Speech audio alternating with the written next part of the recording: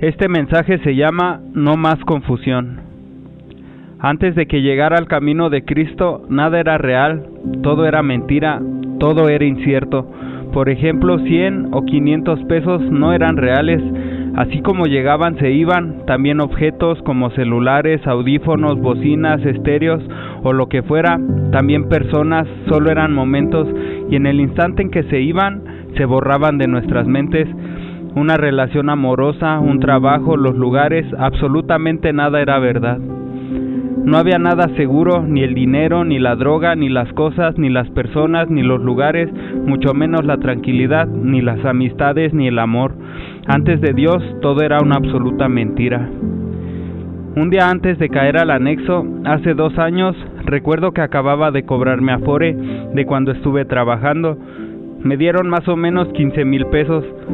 Para este entonces, mi adicción estaba totalmente fuera de control. Ya estaba vendiendo todo lo que tenía, ya había vendido mi laptop, ya había desmantelado todos mis aparatos electrónicos para venderlos por cobre, me salía a buscar latas, juntaba PET, fierro viejo.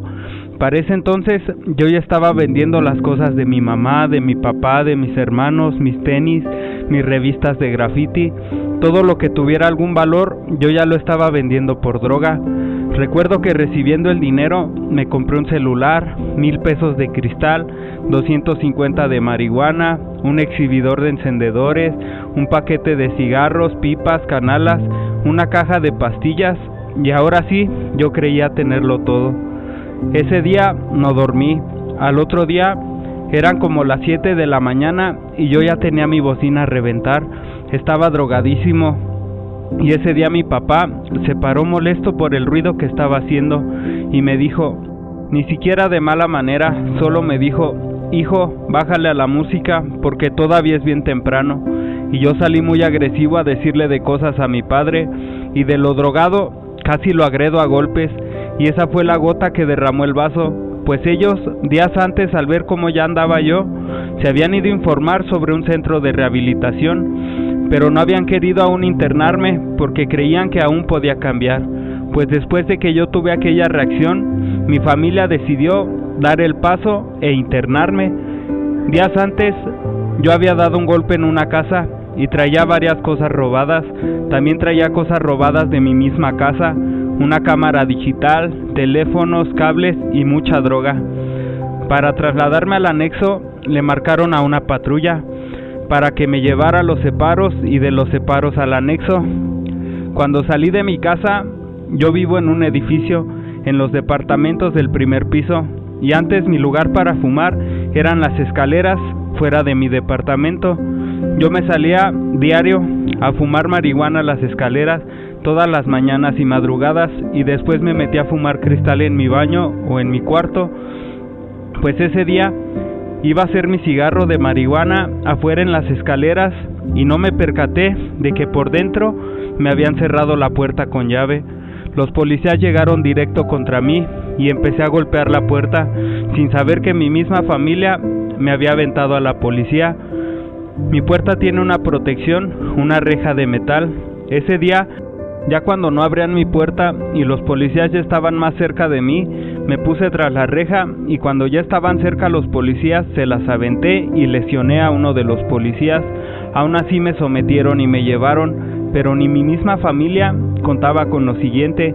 Ellos no sabían que yo traía objetos robados, no contaron con que iba a agredir a los policías y tampoco pensaron que me iban a revisar mi historial en la computadora para ver si tenía antecedentes penales y en efecto ya antes había estado detenido en la Procu por el delito de narcomenudeo. Entonces esa llamada de mi familia para llevarme al anexo estuvo a punto de convertirse en una llamada para llevarme directo al Cerezo por los cargos de agresión a las autoridades, robo a casa habitación y portación de droga. Ya después, mi misma familia se movió para que no me procesaran, llegando al acuerdo con Fiscalía de tenerme bajo resguardo 2 años en un anexo, aunque después esos 2 años se redujeron a 1. ¿Con qué intención te cuento todo esto? Con la finalidad de que tú puedas ver cómo nada era seguro en mi vida, de que te des cuenta cómo el dinero fue incierto, las personas, los lugares, todo era una nube de confusión. En un instante todo cambiaba drásticamente en una vida sin Dios. Después, en el anexo imploro el nombre de Jesucristo, pues yo sabía bien que Él existe, porque antes de Él hice pactos satánicos, y el primero en probarme la existencia de Dios fue el mismo Satanás. Pero el mismo Satanás todo el tiempo estuvo empeñado en engañarme, me tenía envuelto en una gran mentira.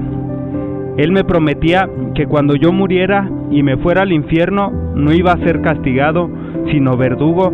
De hecho, en varias ocasiones me llevó al infierno y me hizo verme castigando a los que recién llegaban. Por lo tanto, te aseguro que esto de lo que estoy hablando es real.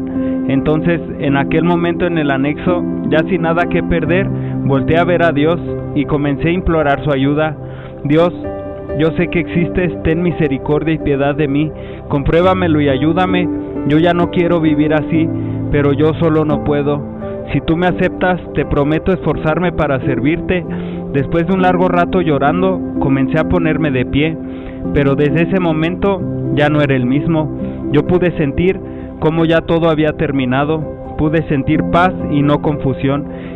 Y en la Biblia dice, en 1 de Corintios capítulo 14 versículo 33, pues Dios no es Dios de confusión, sino de paz, como en todas las iglesias de los santos. Por lo tanto, si estás confundido, la solución perfecta es Dios, porque estar confundido significa vivir a oscuras, vivir en tinieblas, y Dios es luz. Juan capítulo 1 versículo 1 al 5 dice, en el principio era el Verbo, y el Verbo era con Dios, y el Verbo era Dios. Este era en el principio con Dios. Todas las cosas por Él fueron hechas, y sin Él nada de lo que ha sido hecho fue hecho.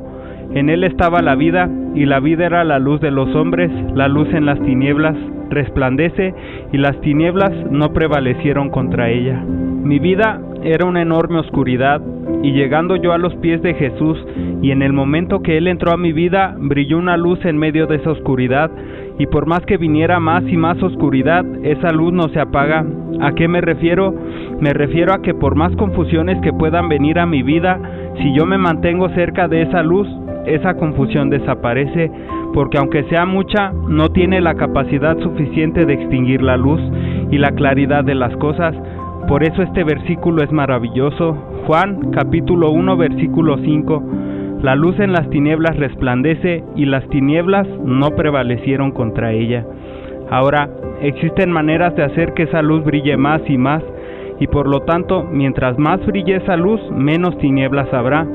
Uno es la comunión con Dios, porque 1 de Juan capítulo 1 versículos 5 y 6 dice, este es el mensaje que hemos oído de Él y os anunciamos, Dios es luz y no hay ningunas tinieblas en Él. Si decimos que tenemos comunión con Él y andamos en tinieblas, mentimos y no practicamos la verdad. Para tener comunión con Dios, en este mismo versículo lo encontramos, practicar la verdad y no mentir. 2. Leer la Biblia, porque Juan capítulo 1 del versículo 1 al 5 dice, en el principio era el Verbo, y el Verbo era con Dios, y el Verbo era Dios. Este era en el principio con Dios. Todas las cosas por Él fueron hechas, y sin Él nada de lo que ha sido hecho fue hecho. En Él estaba la vida, y la vida era la luz de los hombres. La luz en las tinieblas resplandece, y las tinieblas no prevalecieron contra ella. Por lo tanto, el Verbo es la palabra, y la palabra es Dios, y Dios es la luz. O sea, que entre más tiempo pasas expuesto a la palabra, más luz hay en ti, y la luz alumbra en las tinieblas o en la oscuridad, y ni siquiera la cantidad más grande de tinieblas tiene la capacidad de extinguir la luz, pero la luz sí tiene la capacidad de extinguir las tinieblas. Por lo tanto, ¿sabes realmente qué es tu confusión? ¿Sabes qué son tus tinieblas? Así es, la ausencia total de luz, o sea, la ausencia de Dios en tu vida. Pero si tú lo aceptas el día de hoy, esa confusión va a desaparecer. ¿Cuál confusión? Esa que te lleva a preguntarte a ti mismo, ¿por qué estoy así? ¿Valdrá la pena? No sé qué hacer, no sé para dónde darle. ¿Por qué existo? ¿Para qué existo? ¿Por qué me está pasando esto? ¿Por qué nada tiene valor? ¿Por qué no encuentro sentido en nada? ¿Por qué todo es falso? ¿Por qué todo es incierto? Así es, porque es confusión, y en la confusión no hay vida, y si estás confundido es porque no hay vida en ti, y la vida es Cristo. Recuerda, Juan capítulo 1 versículo 4 dice: en él estaba la vida, y la vida era la luz de los hombres. A veces, cuando creemos que más sabemos, es cuando menos sabemos. Cuando creemos estar más cerca, es cuando más lejos estamos, y eso es confusión. Mis 3 intentos de suicidio fueron inspirados por la confusión. Si tú te pones a estudiar científicamente todos los motivos y orígenes de la confusión, seguramente acabarás más confundido.